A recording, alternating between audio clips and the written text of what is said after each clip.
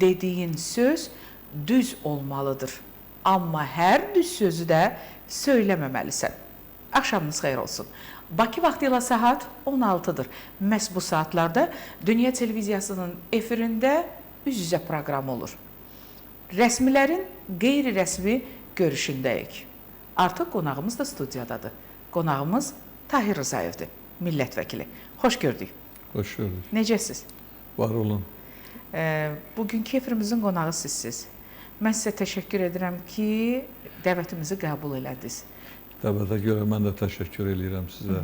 Çox maraqlı insansınız. Bugün sizi təqdim edəndə Tahir Rızayev söylədim. Axı biz qeyri-rəsmi görüşdəyik. Etiraz eləmirsiniz ki? Eləmirəm. Tahir Rızayev adı artıq çox kifayət qədər tanınan ad və soyaddır. Bu adı daşımaq böyük bir məsuliyyət tələb edir. Fikirləriniz? Əlbəttə ki, hər bir insan əgər öz adın yaşadırsa, öz adın doğruldursa və cəmiyyətə o ada layiq bir amal, əməl bəxş eləyirsə, o insan xoşbəxtdir. Mən də istəmişəm ki, həmişə öz adımın dəyərini bilim, öz sözümün dəyərini bilim, hərəkətlərimin dəyərini bilim və cəmiyyət üçün nəsə verə bilim. Və bu mənim bir amalım olub və sözsüz ki, bu adına da mən fəxr edirəm, qürur duyuram. Proqramımız başlayarkən mən belə bir fikir söylədim. O fikri bir kitabdan götürmüşdüm ki, hər dediyin söz düz olmalıdır. Amma eyni zamanda da hər sözü deməməlisən. Hər düz sözü deməməlisiniz. Maraqlı fikirdir. Axı deyilir ki, dediyin söz düz olmalıdır. Sonra da onun əksini söylüyor. Bu daha çox... Nəyi deməliyik, nəyi deməməliyik? Daha çox siyasətçilərə xas olan ifadədir. Çünki əlbəttə ki, insan düz danışmalıdır, düz deməlidir. Amma bəzən elə reallıqlar olur ki, həmən düz sözü deməməlisən. Onu qəlbində gizlətməlisən, onu qəlbində uzun müddət araşdırmalısan, bir nəticəyə gəlməlisən. Əgər doğrudan nəinki sənin üçün, cəmiyyət üçün, ətraflardakılar üçün fayda verirsə, onu deməlisən. Yox, əgər tələsiyib, təntiyib, o düzü tez deyəcəksənsə, elə bilirəm, bəzən ziyan tapa bilərsən. Ona görə də bu ifadə siyasətçilərə daha xasdır. Çünki siyasətçilər daim təmkinli olmalıdırlar, səbirli olmalıdırlar, hadisələri dəqiq araşdırmalıdırlar, sonradan o düz sözü dilə gətirməlidirlər. Əsl millət vəkilinin söylədiyi fikirdir bu. Yəni, hər bir söylənilən fikirə diqqətlə yanaşmalısan. Elə bu düzdür deyə söyləmək olmaz. Çünki bəzən o düzlər də hardasa mane ola bilər. Əlbəttə ki, bilirsinizmi, biz 30 il düz fikir söylədik. Amma çox təəssüflər olsun ki, bu düz sözü, bu düz mövqeyi dünya nəzərə almadı. Torpaqlarımız ermənilərin işğal altında qaldı. Milyonlarla insan ağır əzab əziyyət çəkdi. Düzü qəbul eləmədi dünya. Ancaq Cənab Prezident, Ali Başkomandan o düzü reallaşdırdı. Bəli. Səbirlə, təmkinlə, siyasi gedişlərlə, yüksək təfəkkürlə, ağılla onu reallaşdırdı və düzü öz yerinə qoydu. Ona görə də bugün biz tam suverenlik və qürur duyuruq. Düz sözümüz keçmədi və o vaxtı o düz sözün üstündə oturub emosional bir hərəkət eləsəydik, olunsaydı, müəyyən o bədxahların fikirlərinə tez əks-səda verilsəydi, əlbəttə ki, qələbəni təmin edə bilməzdik.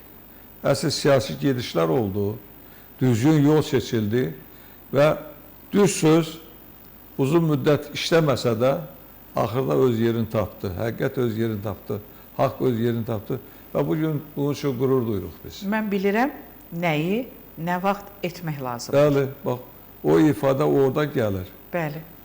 20 il bundan əvvəl onu etmək biraz çətinlik yaradardı. Çünki ordu güclü deyildi, iqtisadi inkişaf yüksək səviyyədə deyildi, xalqı birləşdirmək lazımdır, müxalif qüvvələr çox idi, sözümüzü deməyən ölkələr var idi və bu müddət ərzində ölkə rəhbəri mükəmməl siyasət yürütdü və ordu gücləndirildi, hərbi kadrlar yetişdirildi, dünya ölkələrinə çıxış təmin olundu, beynəlxalq aləmdə Azərbaycan öz yerini, öz mövqeyini tutdu, xalq rəhbərinə inandı. İnandı və 44 günlük müharibədə bunu sübut elədi. Sübut elədi ki, Azərbaycan xalqı mübariz xalqdır, döyüşən xalqdır. Azərbaycan prezidenti dünyada seçilən bir rəhbərdir, öz sözünü deyən, öz mövqeyini ortaya qoyan, xalqı ilə bir olan prezidentdir. Və bu da nəticəsini verdi. 44 gündə biz düşmənin başına əydik. 23 saatlı antiterror tədbirlərində o mənfur ermənilərin ayağın Qarabağ torpaqlarından kəsdik. Bax, budur. Budur düzlük. Düz sözü vaxtında, nə vaxt, necə deməyin nəticəsi budur. Biz hər zaman belə bir sualla üzləşirik və hər birimizə də hansı bir arzunu diləyəndə diləyirik ki, xoşbəxt ol, bəxtəvər ol, gözəl yaşa. Misal üçün, mən bu yaşıma qədər dəfələrlə bu ifadədən istifadə etmişəm və eyni zamanda mənə də bu arzunu diləyiblər. Bugün mən qürurla deyirəm, mən xoşbəxtəm. Çünki mən Azərbaycanlıyam. Çünki mənim torpaqlarım erməni işğalından azad olunub. Çünki mənim ordum güclü bir ordudur. Çünki xalqım güclü bir xalqdır. Çünki prezidentim liderlərin lideridir, güclüdür. Çünki mən dünyanın ən gözəl, ən möhtəşəm bir ölkəsində yaşayıram və mən Azərbaycanlıyam. Və diqqət edin, biz indi bu fikri söyləyəndə biz sadəcə, bax, buradan söyləmirik. Bizim gözlərimiz də, cizgilərimiz də, bizim əllərimiz, bədən dilimiz belə xoşbəxtliyimizi göstərir. Elə deyilmi? Əlbəttə ki, Könül xanım, vətəni, torpağı azad olan, xalqı firavan yaşayan insan xoşbəxtdir. Bəziləri ola bilsin ki, xoşbəxtliyi nədənsə öz varında, dövlətində, mülkündə, bugünkü firavan həyatında görür. Ancaq əsl insan, əsl vətəndaş torpağı azad olanda, vətəni Gülüstan olanda, xalqı sevinəndə, insanların üzündə gülüş, sevinç görəndə xoşbəxt olur. Əsl insan odur. Bilirsiniz, indi dünyanın mənzərəsi tez-tez dəyişir. Baş verən hadisələrə siz baxın. Bəli. İnsanlar bir-birinə qənim kəsilir. Bu dünyanı, insanları xoşbəxt eləyən əlbəttə ki, insanın özüdür. Öldürən də insandır, ölən də insandır, ağladan da insandır, güldürən də insandır, faciələr yaşayan da insandır, faciələri doğuran da insandır. Məsələn, bu dünya insanın əlindədir, dünyanın gələcəyi, xoşbəxtliyi. Bəzən biz dünya gilələnirik ki, dünya etibarsızdır, dünya yalandır, dünya vəfasızdır. Yox, dünya gözəldir, insandır, vəfasız, etibarsız, dünyanı qanlara çaxlayan, ölkələri viran eləyən və biz bir insan kimi bugün Azərbaycan torpaqlarının belə azad olunmasını özümüz üçün bir qürur mənbəyi hesab eləyirik və başımız siz dediyiniz kimi yuxarıdır, ucadır. Dünya xalqları arasında bir qəhrəman xalq kimi tanıyırıq. Bir qalib xalq kimi tanınırıq. Bir dahi, uzaq görən, rəhbəri olan dövlətin vətəndaşı kimi biz tanınırıq. Ona görə də qürurluyuz və dediyiniz kimi siz xoşbəxtsiniz, bizim hər birimiz xoşbəxt. Ancaq bugün insanlar var, o döyüşlərdə həlak olan insanlar var, onlar qan tökürlər. Ancaq onlar təcavüz etdiklərinə görə, kiminsə torpaqlarına göz dikdiklərinə görə onlar xoşbəxt deyirlər. Onlar qan içirlər, onlar qan salırlar. Baxın dünyaya, görün hansılar, nəyə görə Ukrayna kimi bir dövlət bugün dağılmalıdır, o günə düşməlidir. Nəyə görə Suriyada o qədər insan qırılmalıdır? Nəyə görə digər ölkələrdə belə münaqişələr olmalıdır?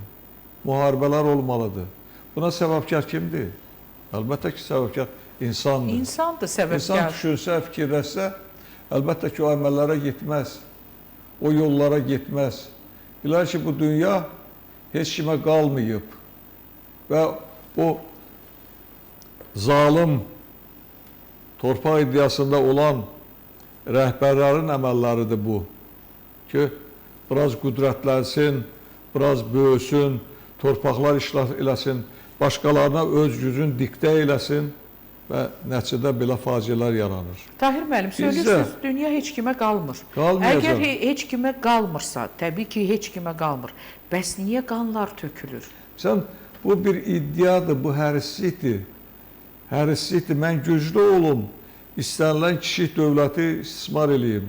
Siz baxın, tarixlər boyu Fransa bir müstəmləkə dövləti kimi 50-dən çox dünya ölkələr işğal eləyib. Bugün haqdan, ədalətdən, demokratiyadan vurur və erməniləri yenə də qızışdırır ki, Azərbaycan torpaqlarına hücum eləsinlər. Eləcə də başqa dövlətlər. Bəli. Almaniya vaxtı ilə 2-ci Dünya müharibəsini törətdi, ölkələri işğal elədi. Axırı nə oldu? Və bugün biz Amerikanın mövqeyinə baxaq. İndi Donald Trump prezident seçiləndən sonra müəyyən o münaqişələrin səngilənməsinə imkanlar yaranıb. Amma Biden administrasiyası neynədir? Dünyanı qana çalxalamaq, dünyada yeni müharibə ocaqlar yaratmaq iddiasındaydı və bunu reallaşdırırdı.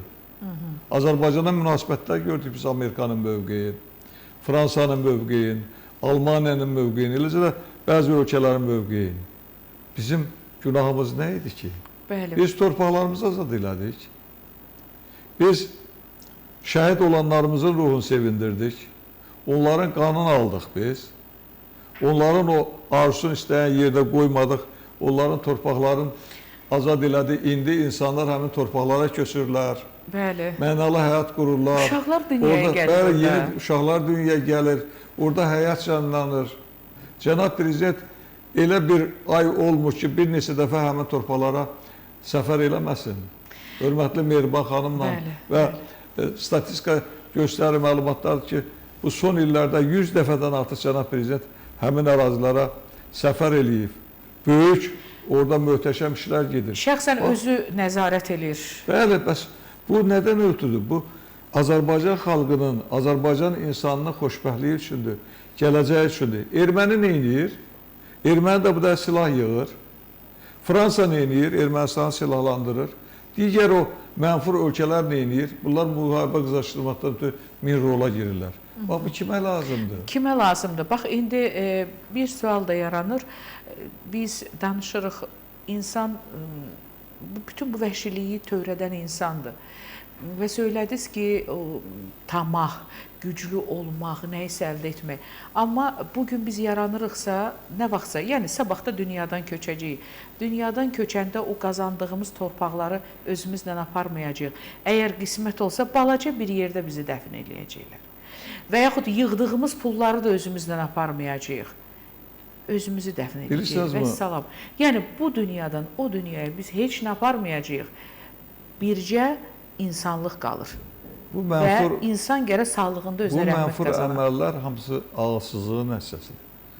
Bizim ulu öndərimiz Heydər Əliyev deyirdi ki, ağıl olan yerdə gücə ehtiyac yoxdur. Bəli. Hər bir iş ağılla görülməlidir. Təmkinlə görülməlidir. Bilirsiniz, ağılsız adam həmişə zora şərait yaradar, gücdən istifadə edir. Çünki onun düşüncəsi, ağlı yoxdur ki, otursun, fikirləsin və o çətinlikdən çıxa bilsin. Ona görə də mütləq qolunun gücünə əsaslanır, güvənir və deyir ki, bunu mən həyata keçirərəm. Bugün Ermənistan dövləti, bax, o ağılsızların sırasındadır. Makron hakimiyyəti o ağılsızların sırasındadır. Çünki Ermənistan Azərbaycan ordusunun gücünü gördü, Azərbaycan xalqının birliyini gördü, Azərbaycan prezidentinin qətiyyətini gördü və Azərbaycan kimi inkişaf edən, güclü orduya malik olan, xalqın birliyinin əsaslanan bir dövlətlə yenidən müharibəyə girişmək fikrindədir. Kimin diktəsi ilə? Əlbəttə ki, o təcavüzkarların. Fransanın, Amerikanın müəyyən dairələrinin, müəyyən o ikiyüzlü siyasətçilərin, eləcə də bir çoxu liberal beynəlxalq təşkilatların dəstəyi ilə. Bəli. Amma ağıllı rəhbər fikirləşməlidir ki, mən bu xalqımı xoşbəxtliyə aparmalıyam. Müharibə mənə ehtiyac deyil.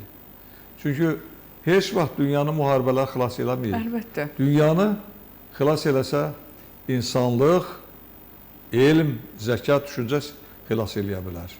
Başqa yoldan dünya o çətinliklərdən xilas ola bilməz.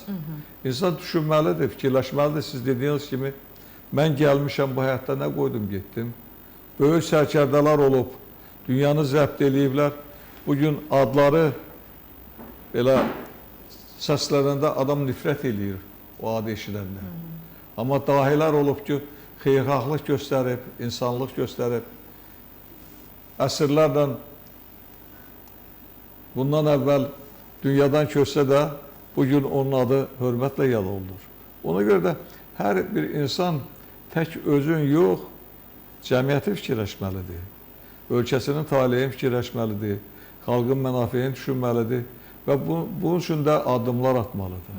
Və çox təəssüflər eləyirik ki, hakimiyyətə gələn rəhbərlərin bir çoxları indi o təcavüz yolunu tuturlar, güc yolunu tuturlar, hansısa dövləti işğal eləsinlər, hansısa dövlətə öz sözlərini diktə eləsinlər, onu təsir altına salsınlar. Hansı ki, dövlət rəhbəri yerində olmur, o diktələrə əməl eləyir, o yalanlara, o vədlərə inanır. Bax, Ukraynanın gününə düşür, Ermənistanın gününə düşür, eləcə də bir çox dövlətlərin gününə düşür. Əzab çəkən kimdir? Xalq. Xalqdır, insandır. Bəli. Tahir müəllim, bugün üz-üzə proqramının qonağı sizsiz. Bugün qeyri-rəsmi görüşdəyik. Siyasətçisiz, parlamentin üzvüsüz, parlamentdə komitə sədrisiz. Biz biraz siyasətdən danışdıq. İndi isə istərdim siyasətdən kənar danışaq. Bu günlərdə bir yazı ilə tanış oldum. Sən harda olmalısansa oradasan. Allah heç vaxt səhv etmir. Belə bir fikri oxudum və sonda da deyir ki, ürəyini buz kimi saxla. Maraqlıdır. Tahir Rzayev olduğu yerdədir. Bilirsiniz, bu bir talih qismətidir. Bir də ki, hardasa olmaq, vəzifə tutmaq həm məsuliyyətlidir, həm şərəflidir, həm də çox çətindir. Mən deyərdim ki, mənə çox böyük etimad göstərilib. Artıq 6 çağırışlı 25 il. 25 ildir parlamentdə təmsil olunuram. Bir istiravi ailədən çıxmış bir insan kimi bundan qürur duyuram. Əlbəttə ki, mənə təmsil olunduğum partiyanın, həmin partiyanın sədrinin göstərdiyi böyük etimaddır.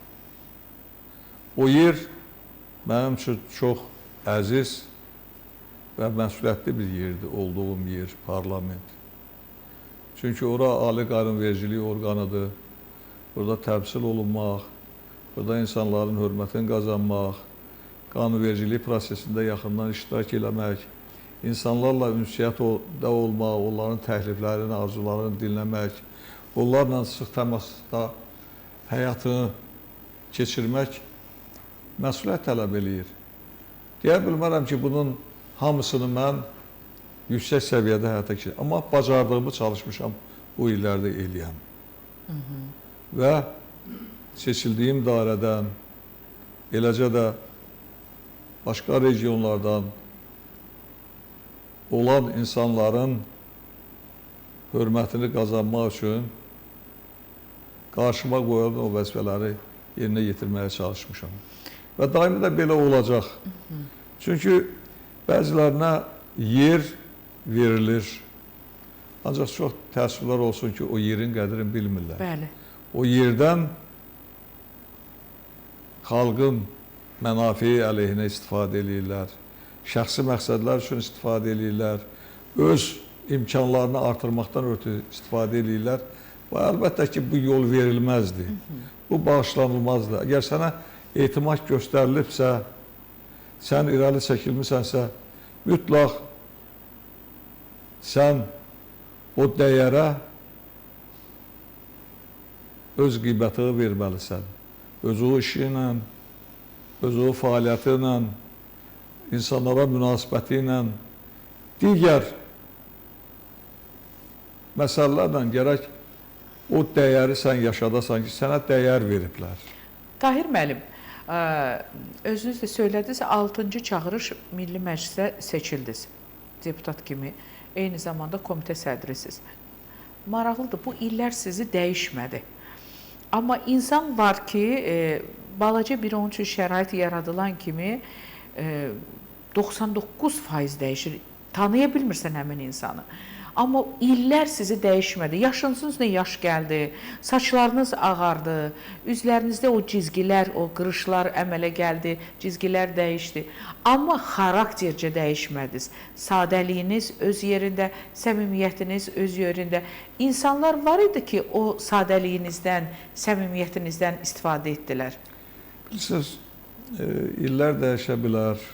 Və niyə dəyişmədiniz? Saç ağara bilər, üz qırışa bilər, amma insanın əqidəsi, amalı, əməli dəyişməməlidir. O yaşatmalı. Çünki o bizim üçün deyil, düzü bizim özümüz üçün o çox vacibdir. Öz həyatımız üçün, öz adımız üçün. Ancaq biz bilməliyik ki, bizim övladlarımız var, bizim nəvələrimiz, balalarımız var, bizim ətrafımız var, bizim xalqımız var və bizim fəaliyyətimiz onlara bir dəstək olmalıdır, onlara bir kömək olmalıdır. Əgər hansısa bir insan dünyadan ləyaqətsiz köçürsə, o ağrını onun balaları, nəvələri yaşayır, onun ətrafı yaşayır, onun məqrəbəsi yaşayır, onun təmsil olunduğu rayon bəzən ondan bir xəcalət çəkir, utanclıq hissi keçirir ki, mənim rayonumun sakini bəs belə əyri yollara getdi, yaramaz hərəkətlərə yol verdi və sözsüz ondan onun ailəsi əziyyət çəkir, balaları əziyyət çəkir və bu bir gün olmur. O dünyadan köçsə də bu illərlə xatırlanır. Elə kişilər var ki, artıq 50 ildir dünyasını dəyişib, mən yaşadığım rayonda 50 ildir dünyasını dəyişib, ancaq bu gün də o məhəbbətlə xatırlanır. Nəyə görə? Xeyirxahlığına görə, əl tutduğuna görə, insanlığına görə, ağsaqqallığına görə. Ağsaqqal saçın ağarması ilə deyil. Tam doğru, bəli. Ağsaqqal 30 yaşında da ola bilər. Bilirsinizmi? Ona görə də yenə deyirəm, heç vaxtı insan öz əqidəsin, vətənə məhəbbətin, sədaqətin itirməməlidir. İnsanlığı itirməməlidir. Əgər o meyarlar itirsə, deməli insan deyil. O adiləşib, o tez də yaddan çıxasıdır. Ona görə də insan niyə dəyişməlidir? Siz deyirsiniz, əgər doğrudan vəzifə insana dəyişirsə, o sürüşkən insandır. Nəinki vəzifə, onu adi bir sözlə dəyişəcək, o ailəsinə də sədaqətli olmayacaq, övladına da sədaqətli olmayacaq, torpağına, vətəninə sədaqətli ola bilməz el adam. Amal, əməl dəyişməməlidir. Mən yenə deyirəm, Ulu Öndər həmişə deyirdi ki, insan mövqeyinə görə seçilir, tanınır və bu mövqeyə görə o qiymətləndirilməlidir. Bizim mövqeyimiz aydın olmalıdır. Kim üçün çalışırıq? Kim üçün işləyirik?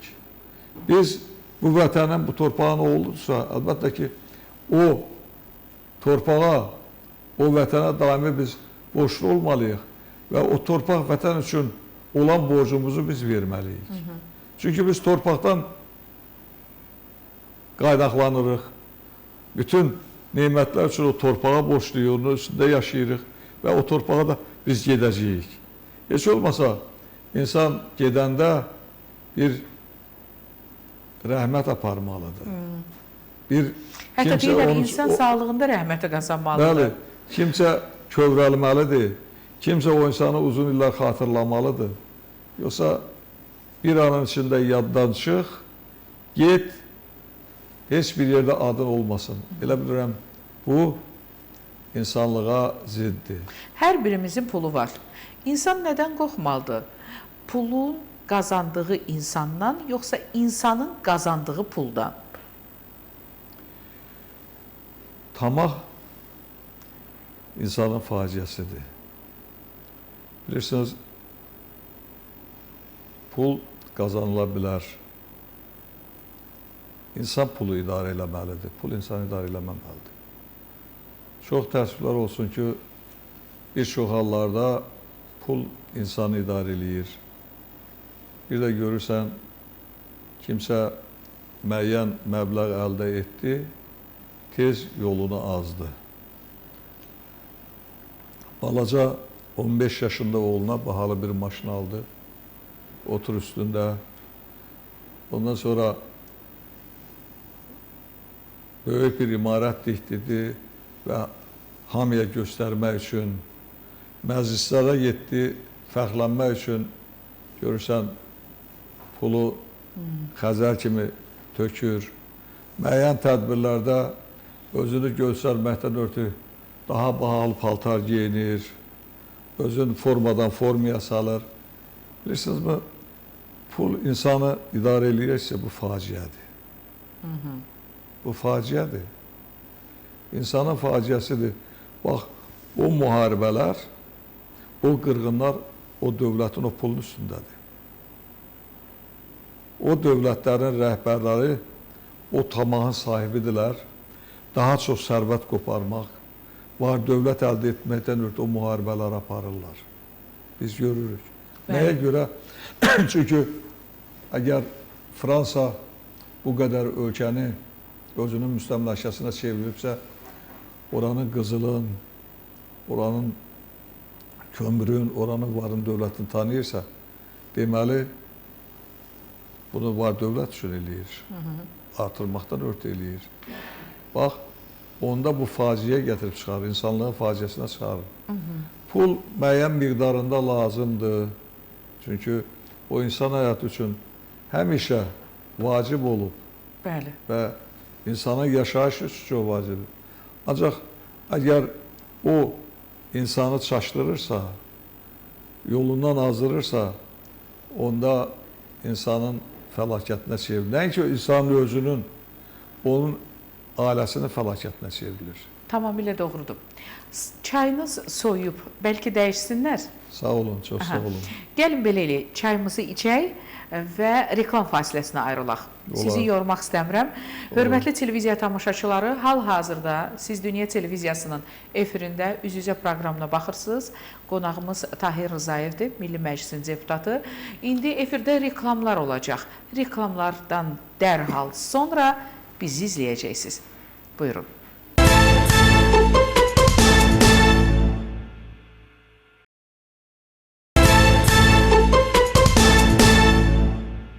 Üz-üzədəsiz, əziz izləyicilərimiz, təşəkkür edirəm. Təşəkkür edirəm ki, Dünya Televiziyasına baxırsınız. Söhbətimizi davam etdiririk. Efirimizin qonağı Tahir Rızayevdir.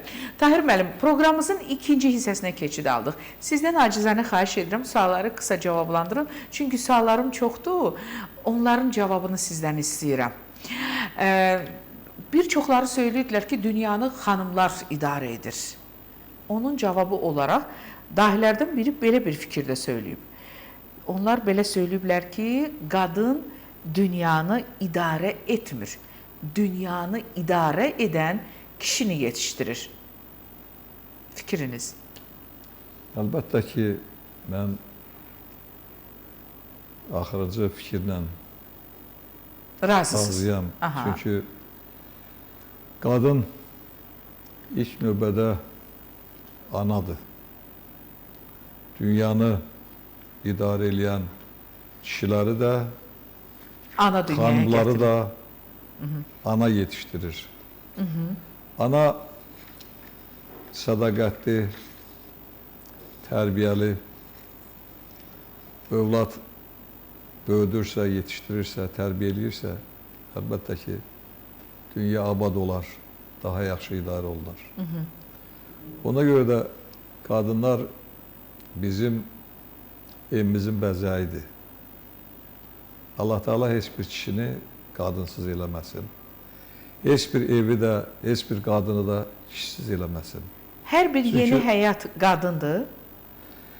Bilirsinizmi, elə də demək olmaz ki, hər bir yeni həyat qadındır. Bu həyat hər ikisinin münasibətindən gözəldir.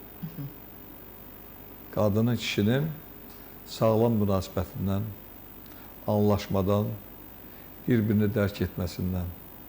Onda həyat gözəl olur. Qadın bir əsərdir. Qadın əlbəttə ki, başa düşülənlər üçün əsərdir. Özü də şah əsərdir. Kim ki, qadını başa düşür, qadını qiymətləndirir, o qadını şah əsər adlandıra bilər. Və yenə deyirəm, qadının müqəddəsliyi onun ana olmasındandır. Dünya insan gətirməsindəndir.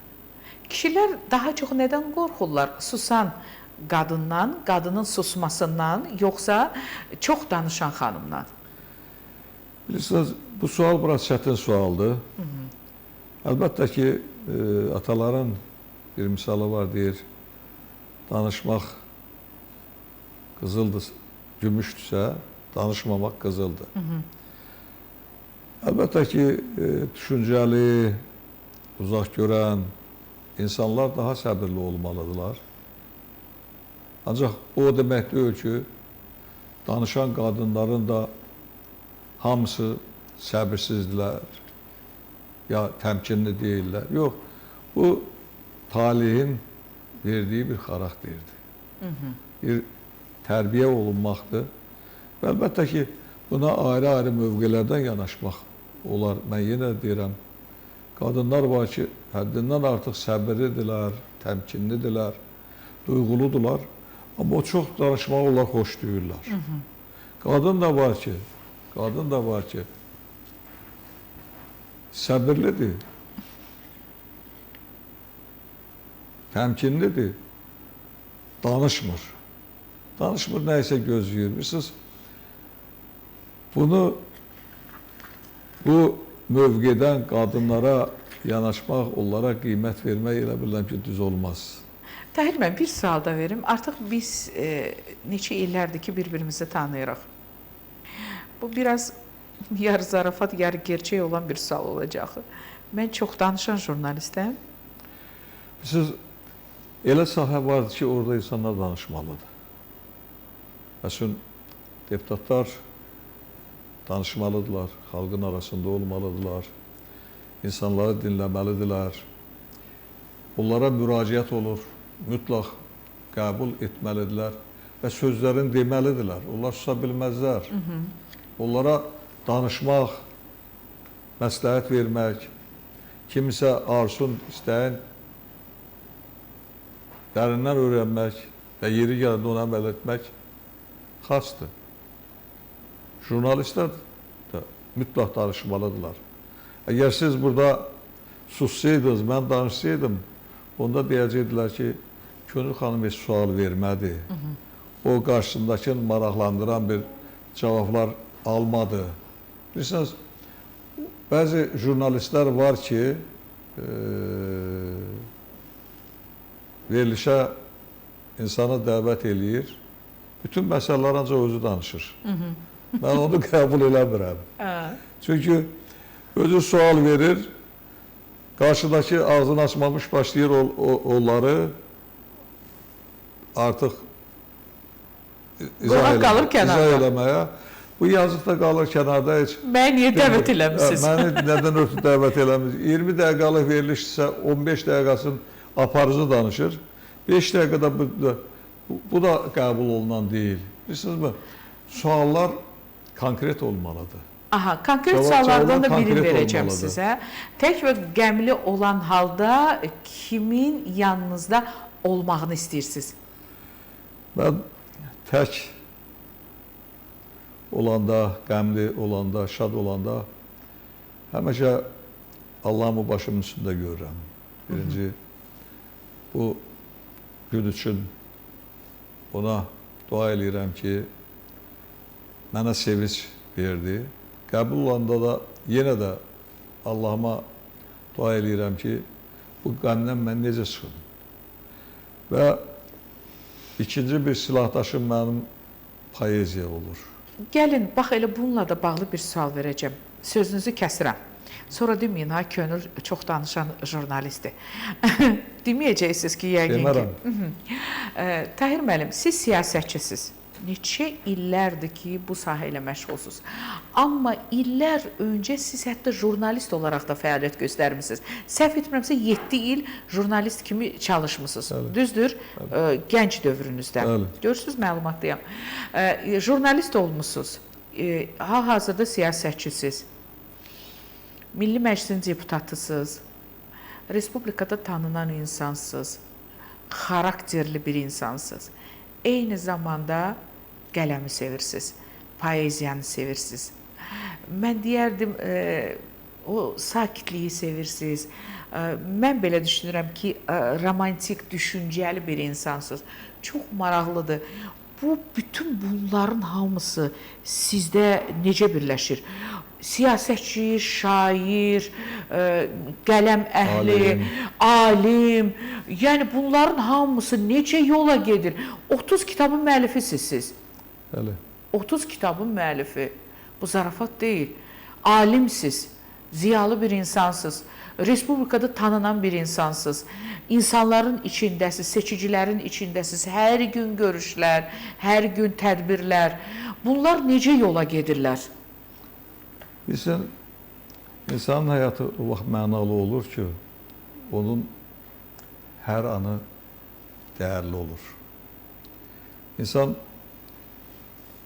hər anın qədrini bilməlidir. Və o vaxtı bölmək lazımdır. Digər tərəfdən insanın bir əsas vəzifəsi olur. Bir də yan vəzifələri olur. O insanın mənəvi aləminə, onun zehninə xidmət eləyir. Mən 13 yaşından şeirlər yazmışam və 13 yaşından dərc olunub. Sonradan talih elə gətirib ki, fəhlə işləmişəm. O vaxt da poeziyanın əlbəttə ki, məşğul olmuşam. Sonra redaksiya, sonra komsomol işi, partiya işi, vəzifələr və artıq 25 ilə yaxındır parlamentdə təmsil oluram. Sözsüz ki, vaxtımı bölə bilirəm. Və əlbəttə ki, mən ön vəzifəmi, birinci vəzifəmi qoyub yaradıcılıqla heç vaxtı məşğul ola bilmərəm. Çünki birinci, mənim üçün vacib olan tutduğun vəzifənin məsuliyyətidir. Onu yerinə yetirməsi. Dövlət işidir. Dövlət işidir. Bir siyasətçi kimi, bir parlament üzvü kimi. Ancaq vaxt var. Vaxt var. O vaxtı elə bölməlisən, yaradıcılığa da imkan olmalıdır. Elmi məqalələr yazmağa da vaxt tapmalısan. Və mən də gənclə yaşlarımdan bu vaxta əməl eləməyə çalışmışam. Və bugün də elə davam eləyir. Və yenə də yaradıcılıq davam eləyir. Yazıram, onlar bəzən mahnılara çevrilir, bəzən oxunur, bəzən təbliğ olunur. Və bu mənim bir mənəvi aləmimdir.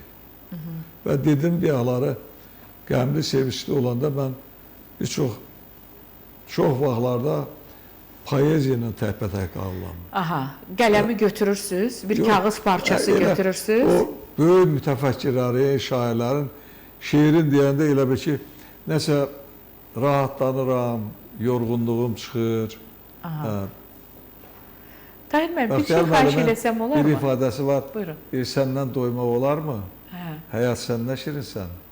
Ancaq hamının deyil, sən həyatın qədrini yalnız bilənlərsən. Ona görə həyat o qədər mənalıdır ki, onun hər anının qədri bilinməlidir.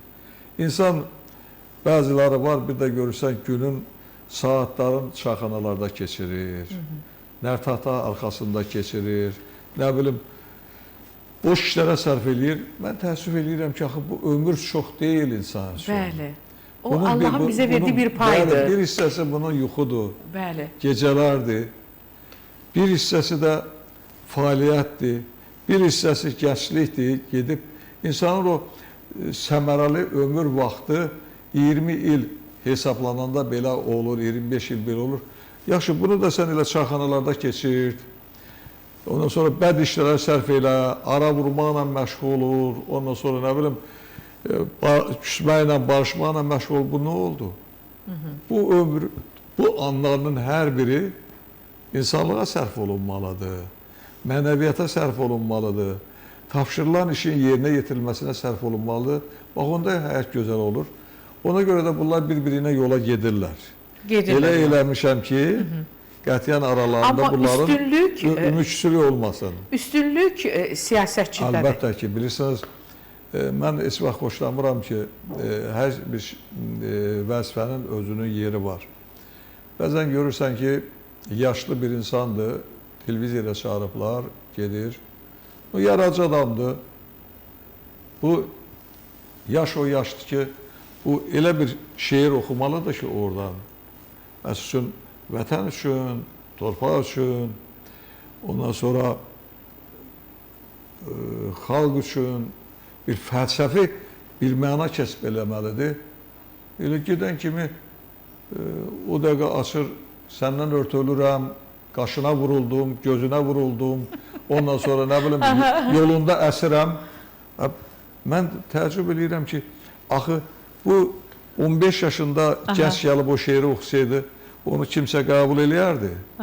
Ancaq sən də ahıl dövründür, orada bir nəsiyyətli bir şey deməlisən sən. Ya da indi bəzi müğənnilər ilə mahnılar oxuyurlar ki, adam belə özündən küsür. Bu nə deməkdir? Belə mahnı olurmu? Bunu kim yazıb, nə yazıb? Bilirsiniz, belə şeyləri çıxarmaq olmaz, demək olmaz. Ondan sonra hər bir insanın özünün məsuliyyət hissi olmalıdır. Poeziyada da, vəzifədə də, oturuşda da, duruşda da, kəlamda da hər bir yerdə bilinməlidir ki, bu insan bu yaşda hansı mövqedən çıxış eləyir? Bəlkə bizim üçün bir kiçik də olsa bir yazdığınız şeirlərdən bir parça. Yox, valla mən öz şeirlərimi heç vaxt əzbər demirsiniz? Yox, bilirəm, amma öz şeirlərimi demək istəməmişəm. Dəvət də eləyirlər, bəyən deyirlər, tədbirdə keçirir. Amma mən deyirəm ki, mən şair deyiləm. Nə olsun ki, bu qədər kitab var. Şair özüm adamım. Çox sevdiyim şeirlərinizə biri Ataoğul şeiridir. Həvəsyaram mən. Mən həvəsyaram. Özüm üçündür, onlar yazılır. Bugün mən haradasa bir ağsaqqal kimi, bir ahal adam kimi mən hansısa gəncliyə nəsihət verməliyəm, düz yol göstərməliyəm. Ondan sonra müəyyən o düşüncələrim var, yaxşı, onlarla onu bölməliyəm. Yoxsa elə mən durum oturan kimi poeziyadan başlayayım, şeirdən başlayayım, siz mənə görə qəbul olunmazdı. Sizi yormadım ki bugün. Mənim üçün çox xoş oldu. Bizim efir vaxtımız artıq sona çatıb. 40 saniyəmiz var. Sizi yormadım. Yormadınız, mənim üçün çox Suallarım xoş oldu. sizi narahat eləmədi ki. Dünya TV'nin apardığı bu proqram, xüsusilə sizin bir aparıcı kimi bu proqrama önəm verməyiniz, onu işıqlandırmağınız həqiqətən də ictimaiyyət tərəfindən dəstəklənir. Çünki bu bir açıq söhbətdir. Açıq söhbətdir. Açıq söhbətdir. Bilirsiniz, insan açıq olmalıdır, insan qəlbini açmalıdır. Sizə qarşınıza olan adamın qəlbin açıb ortaya qoyursunuz. Ondan istədiyinizi ala bilirsiniz. O adam pis adamdır ki, o qəlbindəkiləri sizə açmır, demir. Mən onu qəbul eləmirəm. Çünki biz burada əgər ekran qarşısındayaqsa, insanlar bizi dinləyirlərsə, biz düz danışmalıyıq. Bax, əvvəlki fikrinizə mən gəlirəm ki, düz söz deyilməlidir. Düz söz deyilməlidir. Elə bununla da bitirək. Ona görə də insan da qəlbin açmalıdır və düz danışmalıdır. Bugün siz bizimlə üz-üzə oldunuz. Mən sizə təşəkkür edirəm və Tahir müəllimin söylədiyi fikirlər tam doğru idi. İllərdir sizi tanıyıram. Bugünkü efirimiz də çox səmimi ortamda oldu. Minnətdaram sizə. Təşəkkür edirəm. Mən də sizə təşəkkür edirəm. Proqramımızın əvvəlində söylədim. Bugünkü efirimizin qonağı Tahir Rzayevdir. Bakı vaxtı ilə saat 16:50 dəqiqədir. Bu deməkdir ki, proqramımız sona çatır. Sonda isə qonağımızı bir daha təqdim edəcəm. Amma bu dəfə rəsmi olaraq təqdim edəcəm. Hörmətli televiziya tamaşaçıları, bugün Üz-üzə proqramının qonağı Milli Məclisin deputatı, Aqrar Siyasət Komitəsinin sədri, dəyərli alimimiz Tahir müəllim Rzayev idi. Diqqətinizə görə təşəkkür edirəm. Sağ olun.